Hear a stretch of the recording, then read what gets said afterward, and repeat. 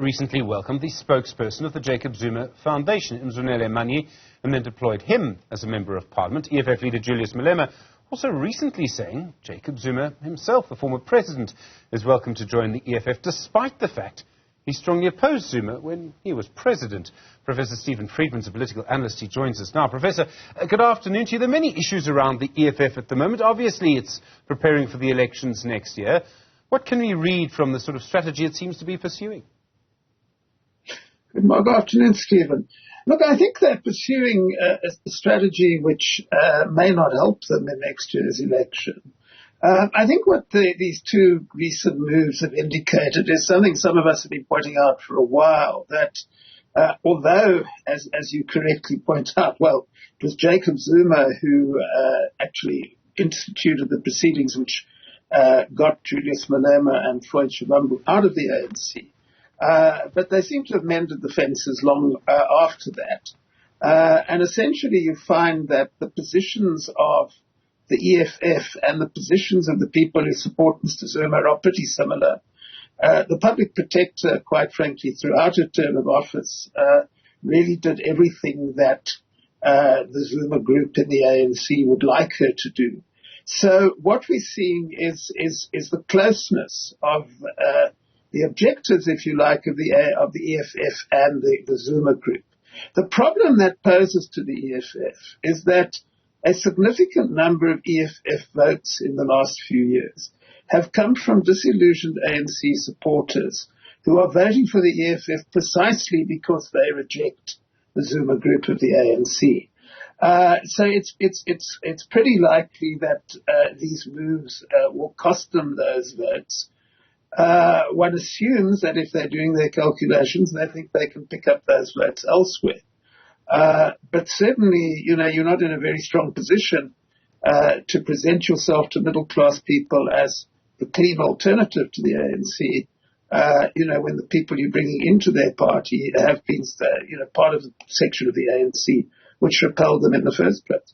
I mean, critics of the EFF point out that it changes its mind fairly often. The journalistic word for that, as you know, Professor, is flip-flopping.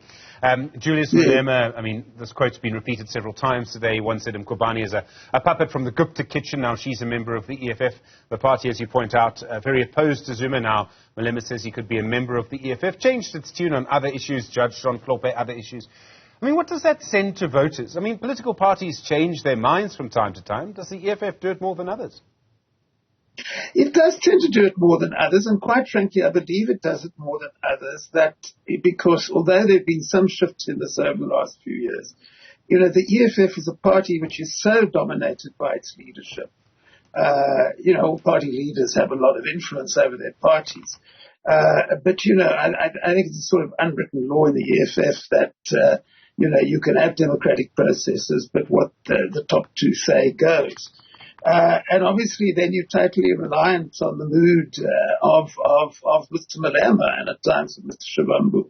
And then you have these rather extreme flip-flops. I mean, it's not the only issue. I mean, you may recall that, I think in 1 week they were saying that we ought to welcome migrants from the rest of Africa, and the next week they were saying they were going to go to business premises and snuff out all the people who were migrants from the rest of Africa. And it doesn't do their prospects any good because, once again, if you're appealing to people who do follow the news, they pick up these things. And it's one of the reasons why the EFF does not have a reputation among many people for being a really credible alternative to the ANC.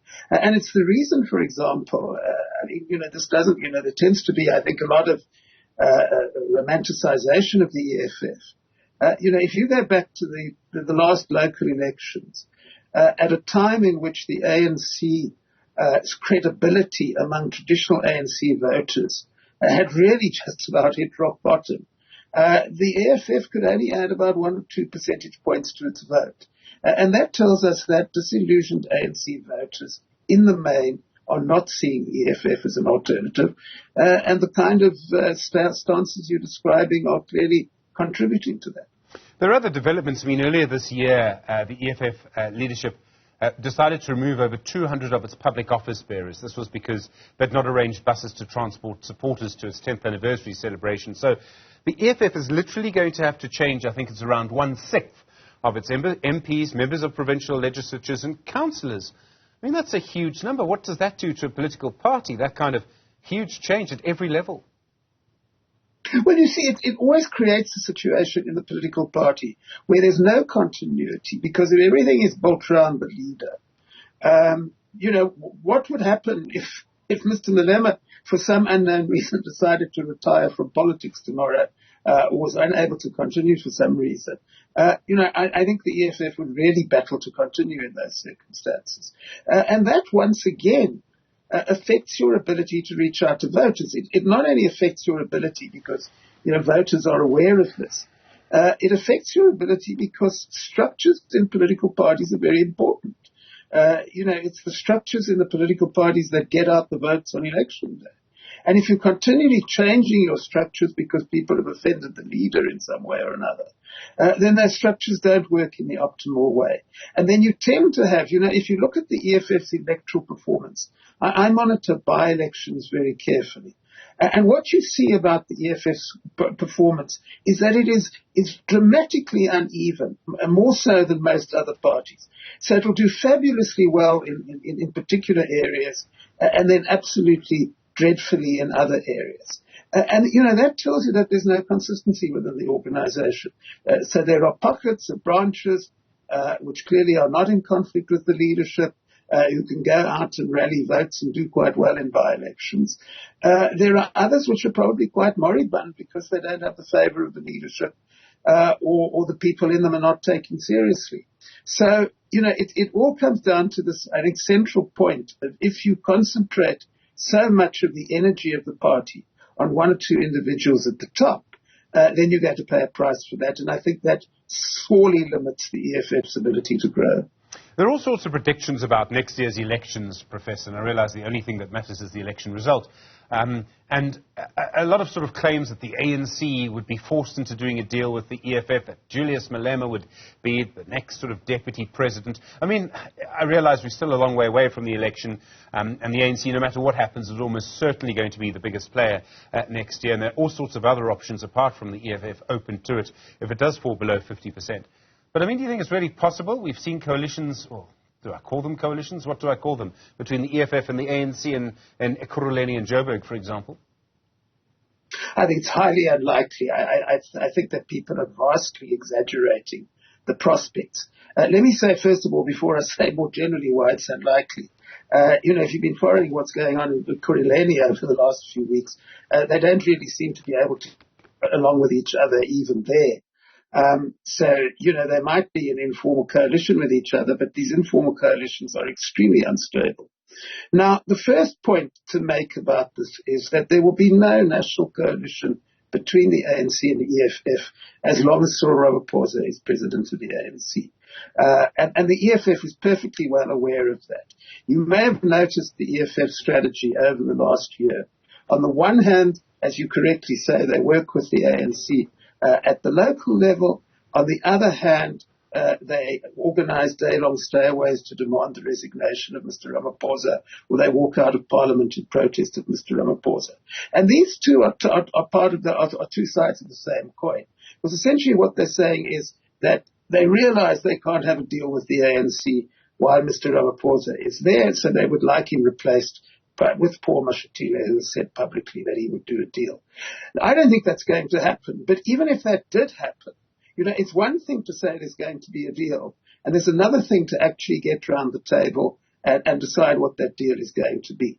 If one looks at the very important issue, it may not be important to voters or to the rest of South Africa, but it's important to politicians. The question of positions, of who occupies what position.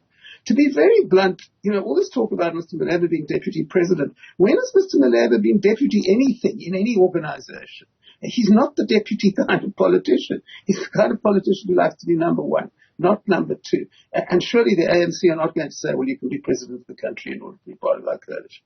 If you look at policy issues, the ANC and the EFF were not able to reach an agreement on land expropriation without compensation, despite the fact that is supposed to be party policy for both parties. Now, if you can't reach an agreement on something which is a common policy among both parties, The idea that you're going to hammer out a program to govern the country for 5 years, I think is fanciful.